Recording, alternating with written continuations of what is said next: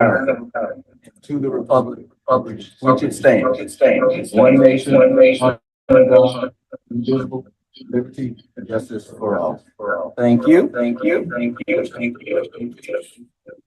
Oh, shut that off. Thank you, sir. And, Ms. Cushingberry, has media been notified? Yes. Okay. Any public comments? No, sir. Okay. Is there a motion for approval of the December 5th, 2023 committee meeting minutes? Any of the board members want to make a motion? So moved by Ms. Gordon. Yeah. Okay. Second? I second the motion. Second by Pastor Gordon. All right, all in favor? Aye. Aye. On board, Ms. Boatright, do you vote in favor? Aye. Okay, thank you, ma'am, and welcome. Okay, so, want to welcome everybody, to the first legislative meeting of 2025. And thank you all for being willing to, put in effort.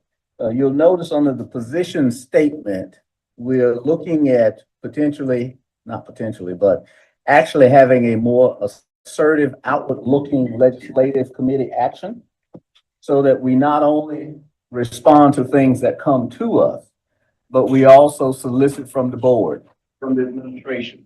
And as we migrate through the community, finding things that people believe might benefit the district in our educational process, bring those in here. So what we did was we came up with 4 different points we'd like to operate among ourselves by. And those 4, I always like to give a short, snappy acronym where possible. So I sort of call this one S3D, and you'll see the S and 3 capital Ds there. So the first one is we want all of our members to actively search. And under the chairman's request that we become involved in the community, that as you go through the community, we listen attentively to what they're saying, but also what they believe some needs are. So not only should communication flow from the community into the committee, right? We should be flowing back what we're learning in these sessions so that we are informing them. They may have questions. So that's the first one, which is proactive search. The first D is for, as we search, we should discover and share trends, actions, legislations, et cetera, with the committee. So that we are constantly learning where opportunities lie. And we want to be the preeminent school district in South Carolina, as our board and our chair and others are leading us to sort of target. And that sort of implies that we need to bring best practices in.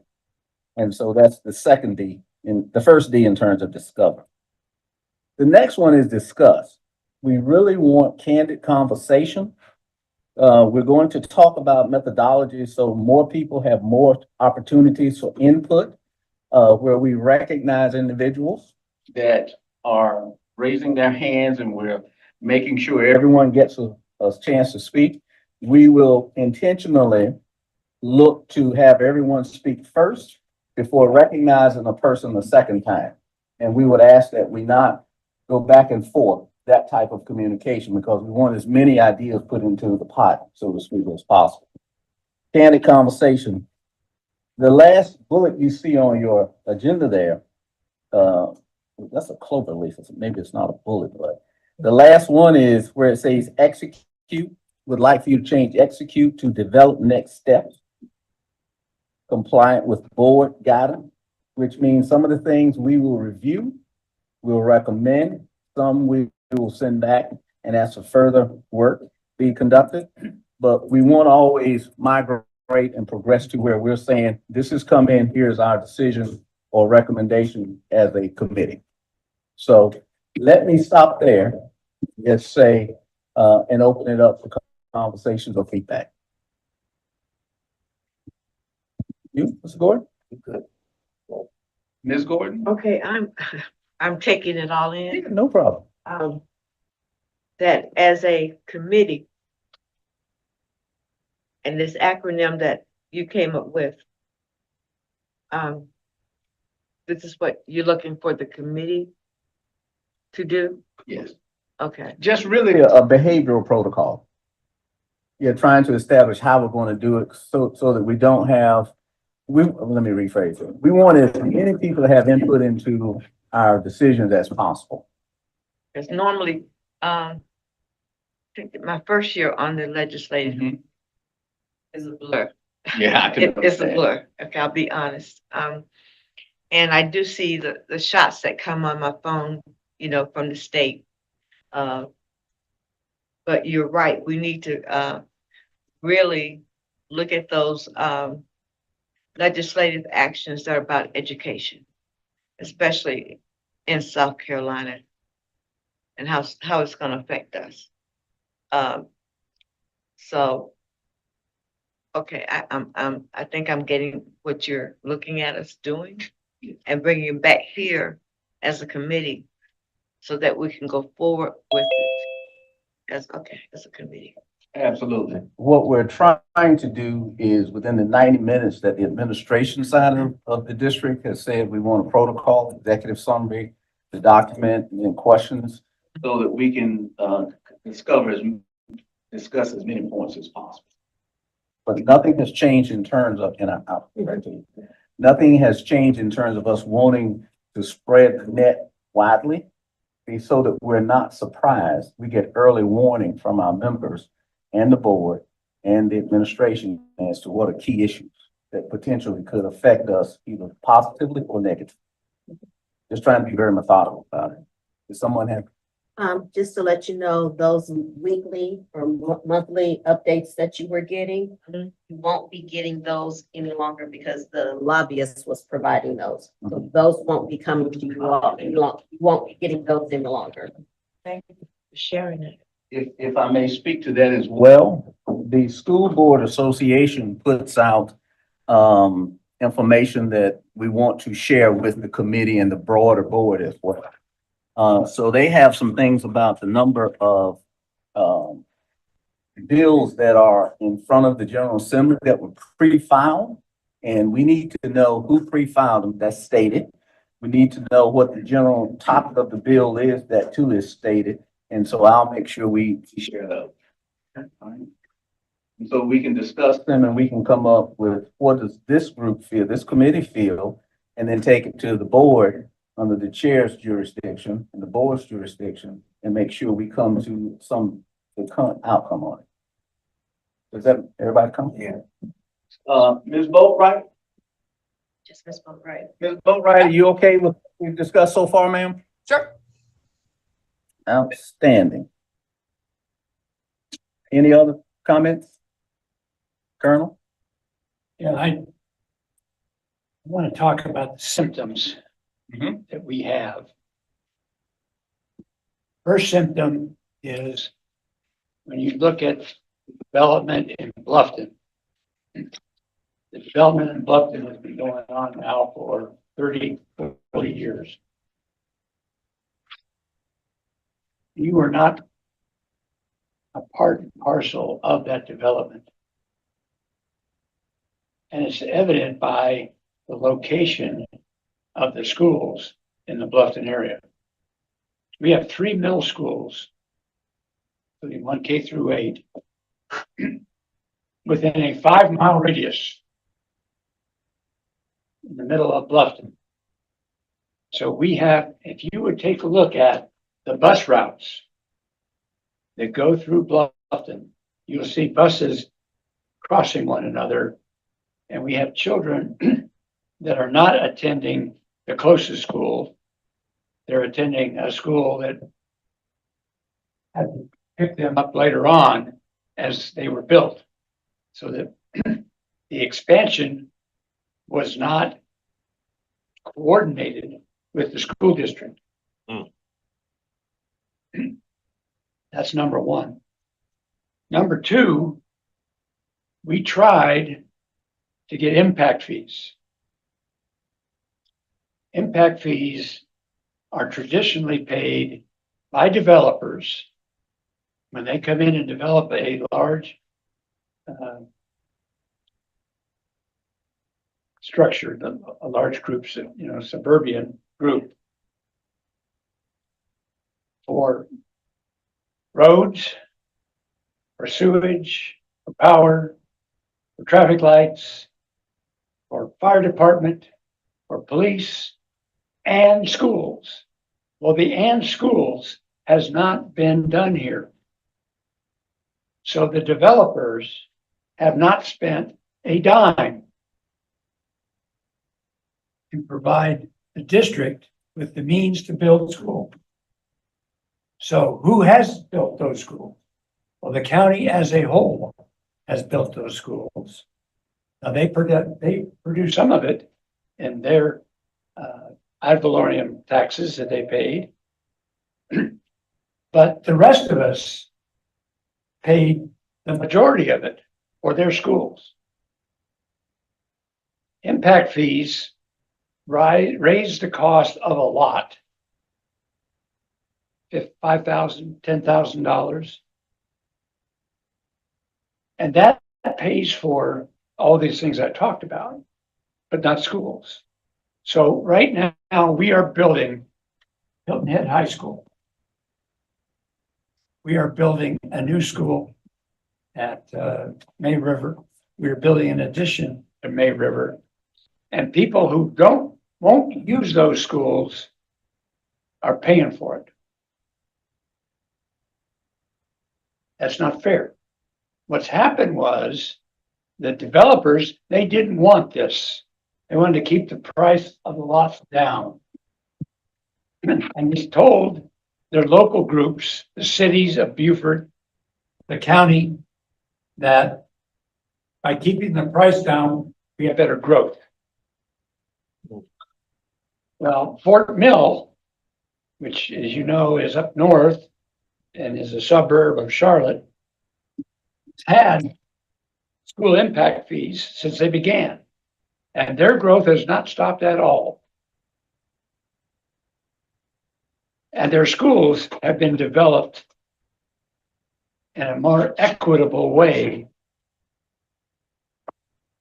We tried in the last session to get the impact fees done, and this was 4 years ago. And we had it. And the county was charging impact fees for county development. But the cities said, no, we don't think we want to do that, especially the city of Bluffton. So what happened was a developer from the county sued the county saying, why are we paying impact fees when the cities, which is a stone's throw away, was not paying impact fees? When it came to a discussion at county council, a statement was made by county council. The school district doesn't want impact fees. Absolutely wrong. I was not able to attend that council meeting. I have a written document that I asked to be read at public comments saying we want impact fees because that reduces the size of subsequent referendums that the whole county has to pay. I asked the chairman to please read that during this discussion. It was not read. It was not read. Had we been there at that county council meeting, and you know, I had a scheduling conflict, I couldn't go. But had we been on a recurring basis, been at those county council meetings, we could have made that point. But we didn't. And for too long, the district has served as an island. And we take care of our stuff. And we react to the county and the cities. And we're doing it to the detriment of our constituents, our taxpayers. That is why we have to increase our presence. We have to understand what they're doing And oh, by the way, in the next 10 years, Burton will become the new Bluffton. It's a matter of time. And now is the time to get involved and say, wait a minute, we're going to need new schools. Here's some places we can put them so the kids can walk to these schools. The city of Beaufort is having a strategic planning meeting a week after next. I plan to be there. I'm not going to produce anything. I'm just going to listen. And I might say, what about schools? That's why we have to have a presence. Or we're going to find ourselves back on this island and responding to the growth. The other way you find out things, not only by going to city council and county council meetings, and for example, we went to a joint city council of Port Royal and Beaufort. They had a joint meeting and I showed up. And I learned some things about affordable housing that I didn't know. I learned some things about a new industry coming in on Trask Parkway that I didn't know about. And so I took that away and I gave it to the superintendent, and the superintendent's reaching out to the people to work on those. But if nobody had been there, nobody would have heard. It wasn't in the paper. The other thing that where you hear about projects are in these service clubs, the Rotary clubs, the Kiwanis clubs, township councils, and so on. We should have a board member in every one of those because we make connections. I am absolutely flabbergasted in the lack of knowledge, especially in the people who come here. They do not know what we have in our schools. And if you ask them, they will say, well, it's old Southern schoolhouse. Yeah, it's not high tech or anything. I'm from New York. I'm from up north. We have all this stuff. I have taken people into our schools and shown them, so just come look at what we've got. They are absolutely gobsmacked to see what we have. And we need to do that. We need to educate our folks. And so I'm looking at community. I'm looking at local government. I'll be honest to God with you, as far as state government is concerned, we say that we have a lot of power because we have education chairs and everything, but we are a small county. We are the second richest county in the state of South Carolina. Charleston's number one, we're number two. There are 70 some other districts. They are not rich. There's some medium ones. They focus on, they're represented by more councilmen and senators than we are. They have more political power than we do. So working at the state level, we have to work at a different kind of strategy. And it seems to me that we have hired a lobbyist. And that lobbyist was nothing more that a person who sent us meeting reports and so on, that person didn't know about a bill to consolidate Jasper, Colleton, and Beaufort County school districts, which would have been a disaster for us.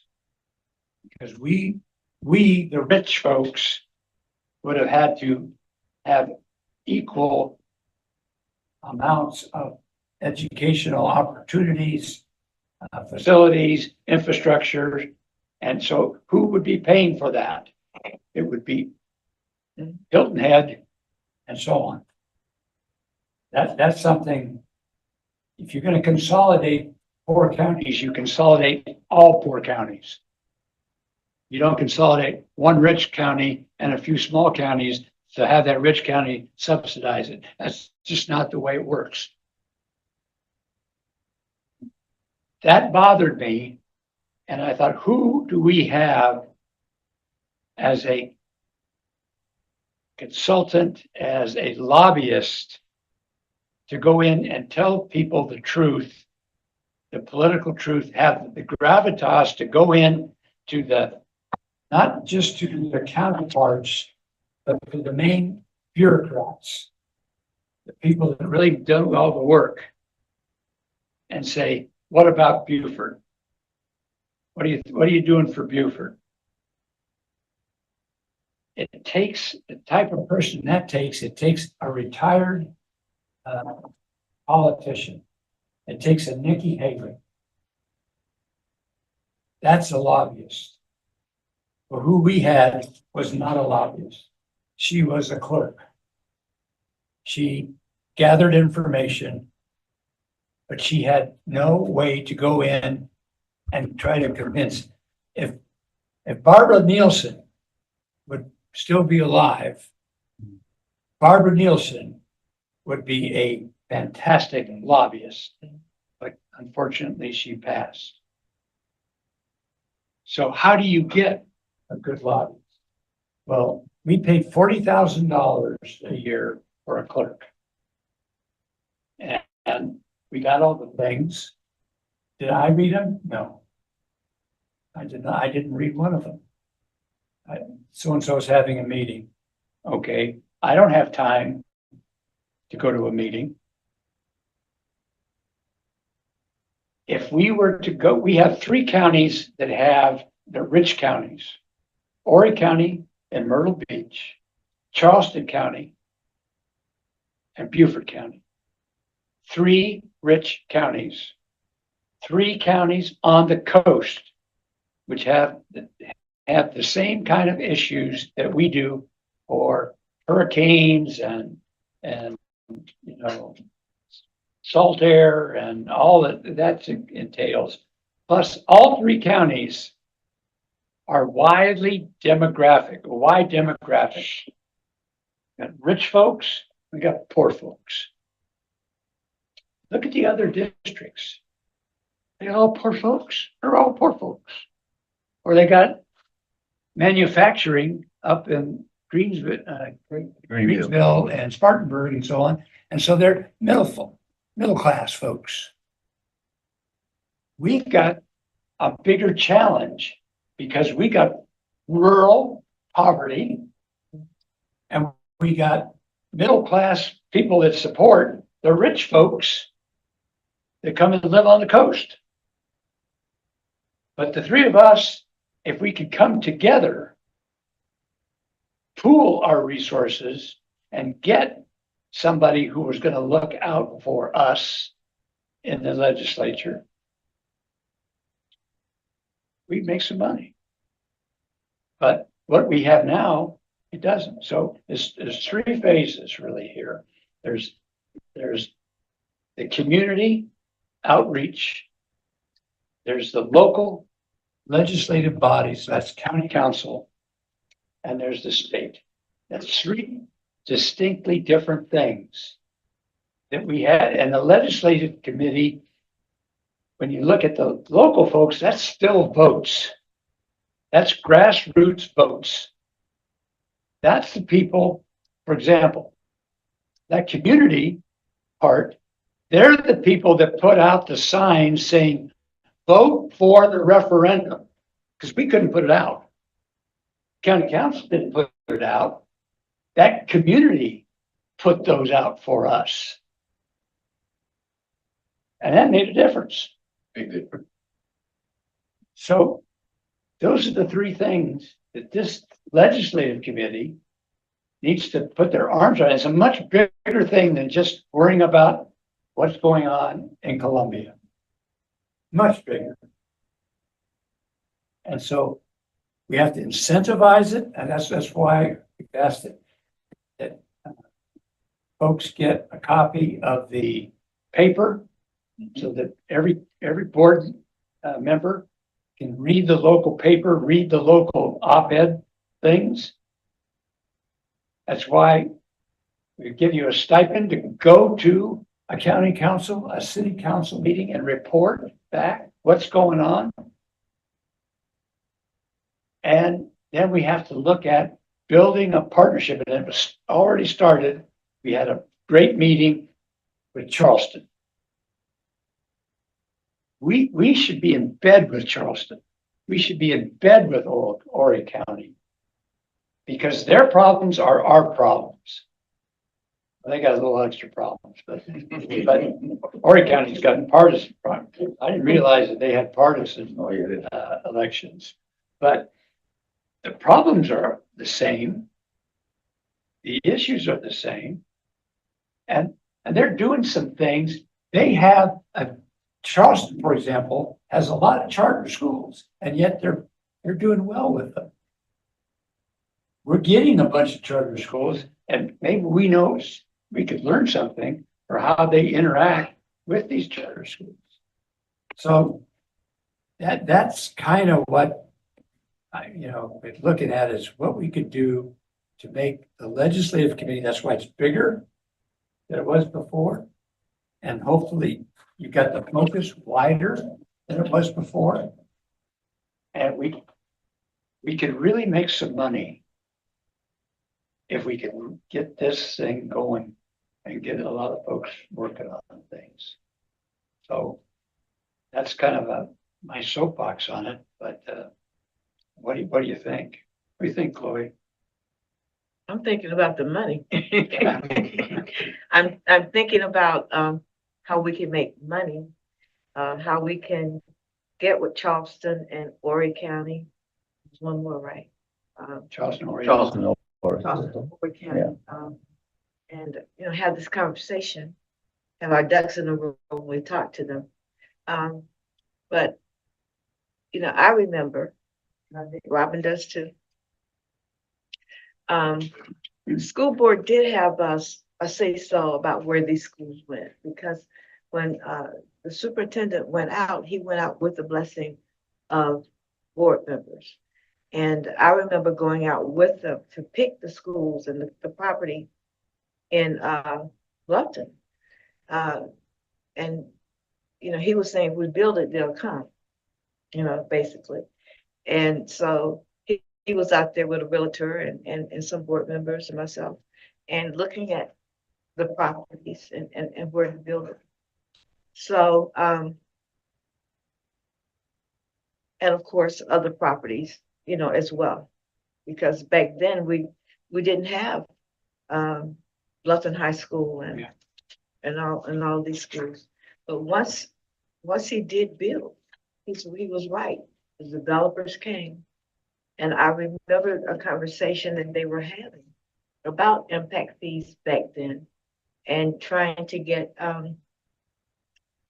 developers to say, okay, we will pay a such percentage of money to build, a school in this area, because we're building the houses, the people are coming, kids need to be educated.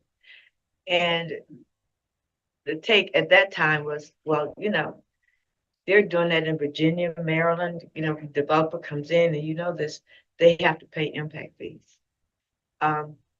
So now here we are 30 years later, and the developers are not paying impact fees. And now, to me, I'm not saying it's criminal, but it hurts. it hurts because these neighborhoods are coming up and they're paying, $2, 3, $400,000 to live in these neighborhoods. But yet we're building the schools and we're taxing the people. And the developer comes in and they get their money and they go. That's the other thing. I like that conversation, but I think it should be more that a conversation needs to be done. And they need to know that we mean business. And we need to let our county council, city council know that when they come in to get permits, that along with that permit is that impact fee and location of schools. And that's a cost and they can afford it, guys. They can afford this. We're paying, 30 million, 40 million, 60, $100 million for a school, and they haven't given us a penny to do that. And we're talking about May River and I think looking at how we're going to do the roads and what's going to happen. And that shouldn't be on us. Not entirely, but we should have some help in making those decisions. So I agree. And when legislation come in and we're looking at the things that they've talked about, no Black history in the schools, and I've seen that book come across, but as a board, and we're building schools, and we're asking the taxpayers to pass this referendum so we can do that. But the builder or the developers of those homes get away scot-free. So I think that's a very salient point, and that we need to look at. But this time we need to do action. I know it's been 30 years since we looked at it when former superintendent, and you get frustrated when you can't get people to understand that you're not getting the money from their homes, but developers got to pay because they've already overcharged you for the house. Some of it should come to buildings. Okay, go ahead. What are your thoughts? Yeah,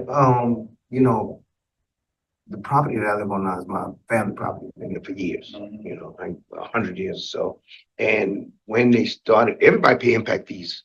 So when they started, family members started coming home and coming on the house spot. At first they said, oh, if you connected to it, or those that are already there, your grandfather didn't have to pay impact fee. But that has changed. So family members that come home now and they want to put a house or a mobile home, they pay impact fees. It used to be, I think, $1,200, and now it seems like it depends on the size of the lot you're gonna get. Basically, the impact fee, but no, everybody pays this. It's $2,000 some dollars. But that was the impact fee. Colonel, wait a minute. Let me, we got somebody online. Please let me. Let me. No. Okay, get whoever's on, just, you raise your hand, someone's online? I thought you raised them. Okay, go ahead, Colonel. Those impact fees don't include school fees. Sure don't. Wow. They are not included. The county took them out because the cities sued them.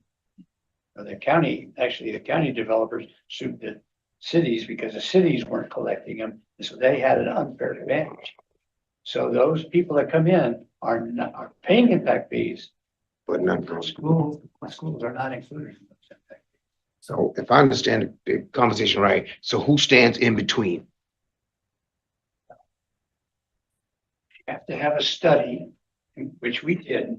We paid for a study that said this is how much a property owner should have to pay in impact fees for schools, and how much for fire, how much for police, and so on. And it was accepted. And it was accepted by the county. It was not accepted by the cities. And it was a bureaucratic back and forth. And the county didn't press it hard enough. And the school district didn't press it hard enough. And the public didn't press it hard enough. And it died. And so the The school parts of the impact fees were dropped off. The rest of the impact fees, for fire and so on, and roads, that stayed in there. But that just indicates to us our lack of political power, our lack of political influence, because we weren't there telling the public and the press what was going on. Colonel, let me interject something. Hey, come on in. Let me interject something. Welcome, Ms. Hartley. Thank you. I just came from No home. problem, no problem. So the Colonel and I had a briefing yesterday and I updated him on what we're going to cover today. And what he's sharing now is what I've already agreed to. So this is a conversation to actually, as I led in saying, we want a much more assertive legislative committee. Personally, we were surprised too many times in the 2 years I've been on. And that you'll notice the last meeting that you have is from December 5th of 2023. So that right there indicates the lethargy that that committee had. This committee is not going to be that way. Is that fair enough? Yeah. So he and I are calibrated. So when you hear me talking about with what, S3D, right? So that's where we have to go out, and as he's just giving us information as to what the issues are, we then come back and we got to make sure we're developing bi-directional communications coming into us. We calibrate the colonel, the board, and then we have to make sure we're developing strategies and action plans. It's not discussion. I'm not discussion oriented, actions and outcomes. So just want to tee that up. That's how we're looking to move things forward, because to his point, we got what, almost 3,200 employees, 1,800 teachers. And every one of us, our district covers when you put all 11 districts together, they cover the entire county. So why are we so impotent when it comes to political issues? That's the reality. And then we get upset because we don't impact fees. That's been going on, right? But this is the type of thing Colonel Carr and I have agreed. This committee has to focus on developing plans, search, discover, right? And discuss, and then develop next step. So we appreciate the engagement, but as to his point, a lot of those things that come out, they were coming out so frequently, you can't keep up with them. But we're going to distill those things for the legislative items that affect the school district. And then we're going to mobilize and say, to his point, which he's already teed up, and he's mentioned it in a board meeting, who's joining what membership? Who's obtaining membership in all these committees? Because that's influential. I get elected officials, and all of you do, calling you saying, what do you think? That's because you show up and you express an opinion.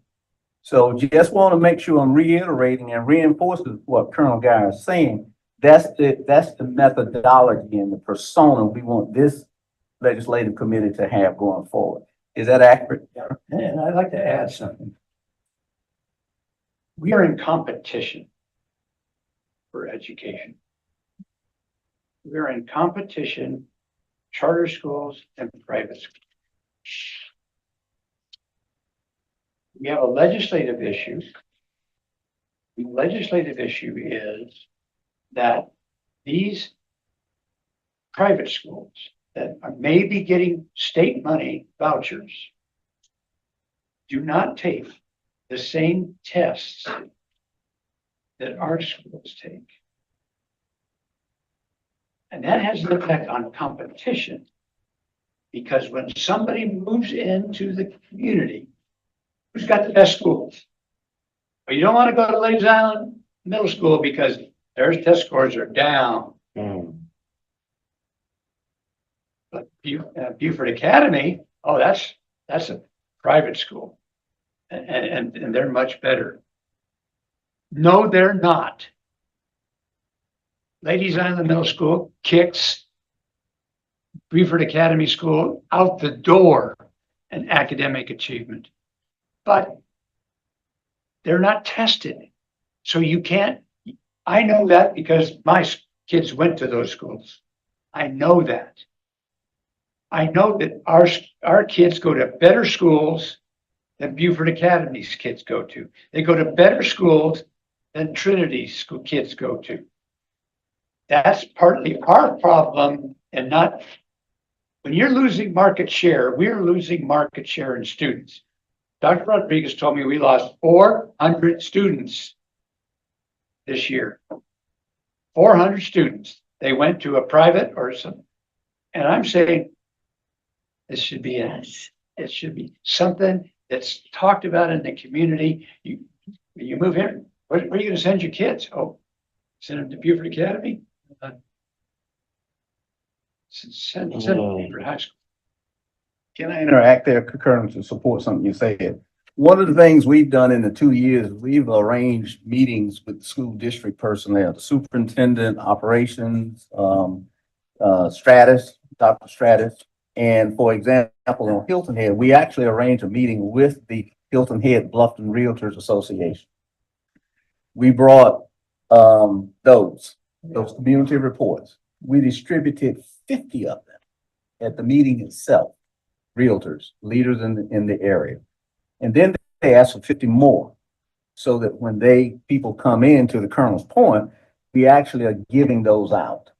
Now we've gone back and we've asked for 300 more. We went to an MLK event at Hilton Head, and we tried to go to one in Bluffton. At Hilton Head, we gave away another 55. And you have to be willing to be a marketer and a salesperson. And so I stood at the entrance door. They gave me a little table.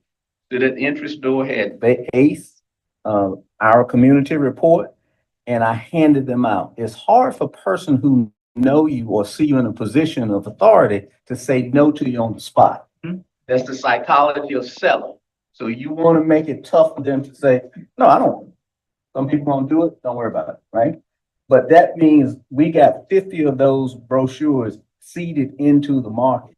And now we just continuously work to schedule. So what we're talking about is happening. And we want this group to be very comfortable continuing to do that, in addition to the things that the Colonel is referring to. So don't, certain positions, boy, you have a wide net to capture. But it's a good story. People don't know it. He's absolutely 1,000% correct. People don't know it. So just want to support what you're saying. Right. What I did before the last referendum, we had a series of town council or city halls, town halls about the last referendum. Mhm. And I would see people that were skeptical about why we were spending so much money. What did we need that money for? Why did you do this? And I said, come with me. And I took them down to our schools. And I showed them what we've got. I had a woman that said, you shouldn't get another dime because you built this beautiful brick wall all around Beaufort Elementary School. Why did you build? You could have built a chain link fence. I said, come with me. See that neighborhood over there? Mm-hmm. That's a shooting gallery. See these brick walls? That stops bullets. That's why that's there. Yeah. And let me show you the inside. And let me have you talk to teachers that now feel safe leaving every evening. You see, they see these things and they don't understand. They say, well, why are you buying new furniture? You're building these new places and you put new furniture. Let me show you the furniture. Right. Let me show you the old furniture. And once you show them that, light bulbs go on. Right. But that's a sales job that we have to do. And so, is it legislative? Yes, because now that lady voted for our referendum. Right. Right. And that's what you have to do. Our schools we have such a great story to tell. And we just don't do it. And it's really the board It's not, Dr. Rodriguez does a great job. He's fantastic. But actually, we have more influence in our communities in our neighborhood than Dr. Rodriguez does. Yeah. But only if we're out there. And that's why we've looked at it bigger. We're energized, get out and prepare ourselves for the future. Because the future's coming. And if we sit back, it's going to overwhelm us. Bluffton is about built out. I mean, there's some more that can be built, but it's squeezing it in. You go to Burton, Broad River, all the way up to the Whale Branch. There's a slot of the air station that goes in and out about a mile wide. But on the other side of that, you're high ground. You got Jasper water and sewer in there. And that's going to grow. And if we're not ahead of it, we're going to be chasing it. Good point, everybody. Ms. Boatwright, any comments or questions, ma'am? Okay, then I'll move on to the next area, which your Colonel has teed up. Yes, sir. Can I say something? Oh, I know we had talked about it before about Horry County, Charleston, and us teaming up as the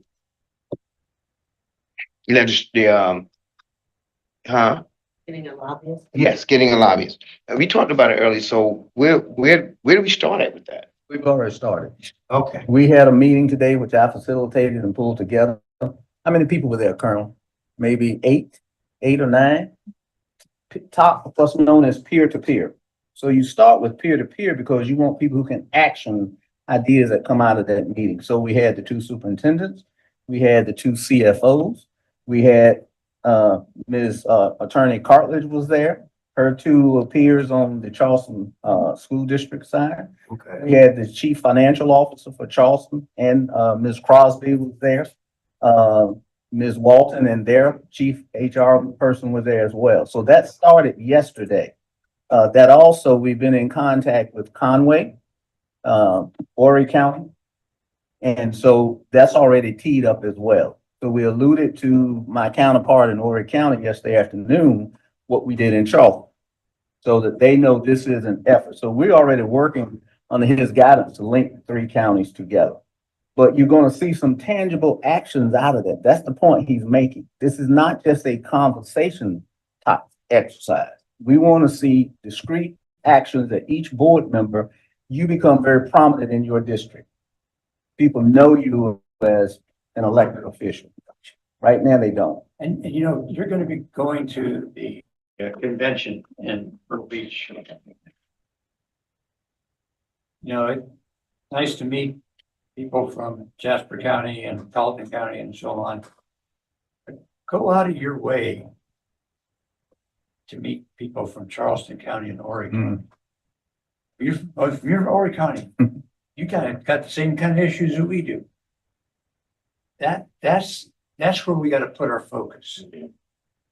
One of the problems we have in those conventions is we go to different and people they like groups, and you see them at the bar and you see them socializing and oh, you're from such and such Abbeville, you're from so on. Y'all are too different. Y'all are too different. That's why you heard just the other day in the operations committee meeting about bringing maintenance in to the district. That makes great sense in small districts. And small districts do that. But you talk to the large districts and they contract those districts. They contract that maintenance. But if you just spend time with them, you say, well, obviously bringing them in-house is the way to go. Yeah, it is when you got 4 schools, 5 schools, 6 schools. Right. So you mix with the big boys. because you're a big boy. So moving on from that, if I may, because we want to turn this into action items. You'll notice on your agenda where it says discuss potential areas of responsibility for committee members. We'd like for each of you to identify the groups, the council, the towns, the county council members that are in your district. Any other elected officials, key business leaders, chambers, all of that. Churches as an institution in America have been one of the most influential agents of change. And we got to change what the mentality is relative to understanding how important public schools are. We're also looking at analysis that shows that the ability and the output of your public schools has a real direct link to real estate values. So if you have good public schools, because they educate everybody, private school can be great, but it's going to be a much smaller sector of the demographic. So we can support and prove that having a better public school system improves, lifts the whole boat. All right, so that's the type of thing when we talk about equipping you with data and information to take out into the public. The community reports one. You know, we need to have part of what you see up here is we're going to schedule another meeting for February 26th.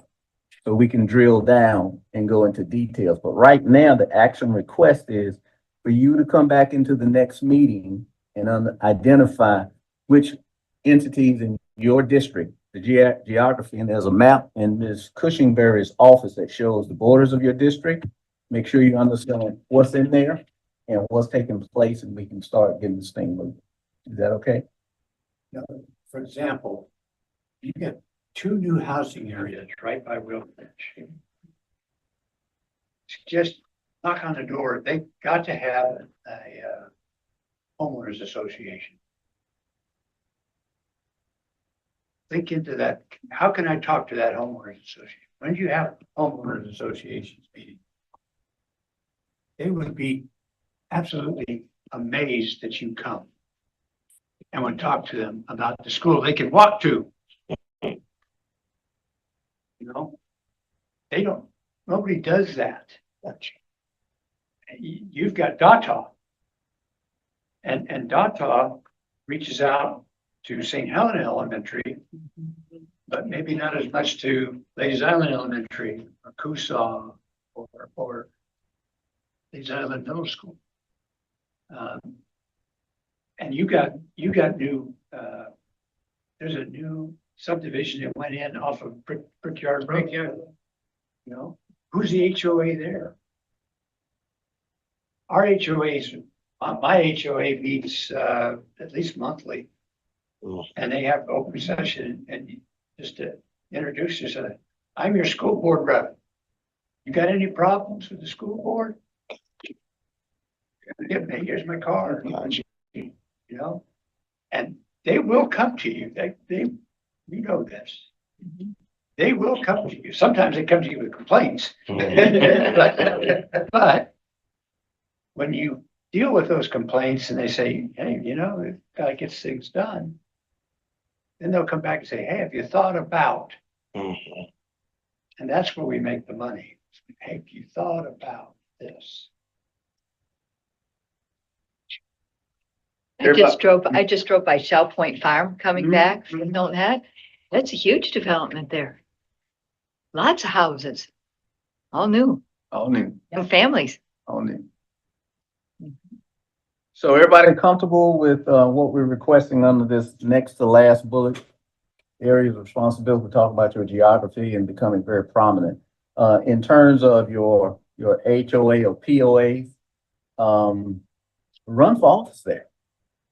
Run for office. You will be surprised because being an elected official on the school board, you have so much awareness that you won't even recognize. And so I actually ran for 3 different offices. Our POA is 10,000 people out of 38,000. So we're 28% basically of the residents of Hilton Head, right at one POA. And I was elected as secretary, vice president, and then president. Now I'm getting ready to rotate off. But all of a sudden, that building, that school that's going up on Hilton Head, now people come and they show appreciation to us, right? that says, thank you, can you do this, and can we use it, all types of things. So there's so much more energy, and you can explain it, and they too invited the superintendent and the team, which I introduced, to say, hey, here's what's happening, because people get all this energy about what the heck is happening. Ms. Boatwright's doing similarly on Hilton Head, and I know Ms. Hay has her network as well. So your network is very, very powerful. Is that okay? Everybody comfortable doing that by the 26th? Ms. Gordon? Ms. Boatwright, you okay with that? It'll be captured in her notes, right? Yeah, okay, all right. Excellent. Anything else? Solicitation of items for next legislative meeting on February 26th. I got the notes that the Colonel has gotten us. He's been consistent in talking to board members about it. And thank God he's going around so that it helps reinforce it for us committee chairs. So that's very important. What else do you think we should be talking about? What would you like Robin and I to do as being your staff? Search, Staff. for me, search for data. Your committee, Yeah, search for data. Okay. So that we can import data in these areas, such, what did I do? No, you didn't do it. Okay. I said Miss Wendy would be able to search for. Yeah.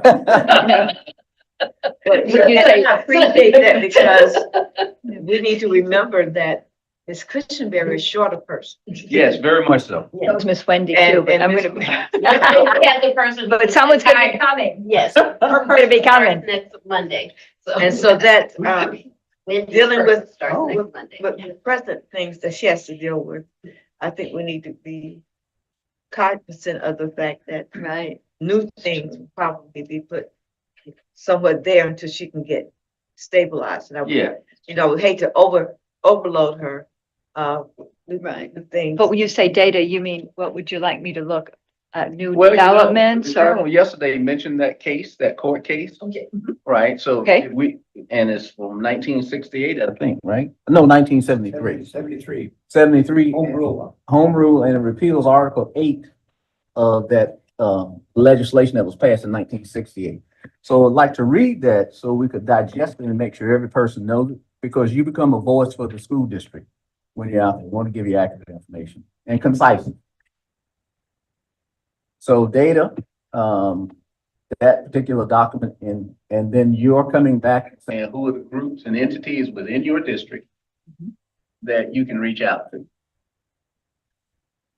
Any questions, comments? Mr. Smith has joined, so I don't know if you want to. Okay, is he up there? Yes, he is joined. Okay. Okay, so Mr. Smith, any comments or questions, sir, before we close? No, none at all. Okay, thank you, sir. All right, Colonel, any other guidance? Thanks for coming and having your presence here and your guidance and your innovative approach to how we can move the legislative committee forward. Much appreciated. All right, any other items? Wow, an hour. For the good of the order, by unanimous consent, thank you, and we'll see you on the 26th.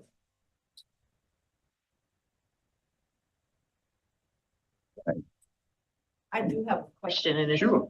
doesn't have anything to do with legislation, but it does have something to do with, ordering your steps. Is this part of lit, Yeah. before I turned it? You can turn it off. Okay.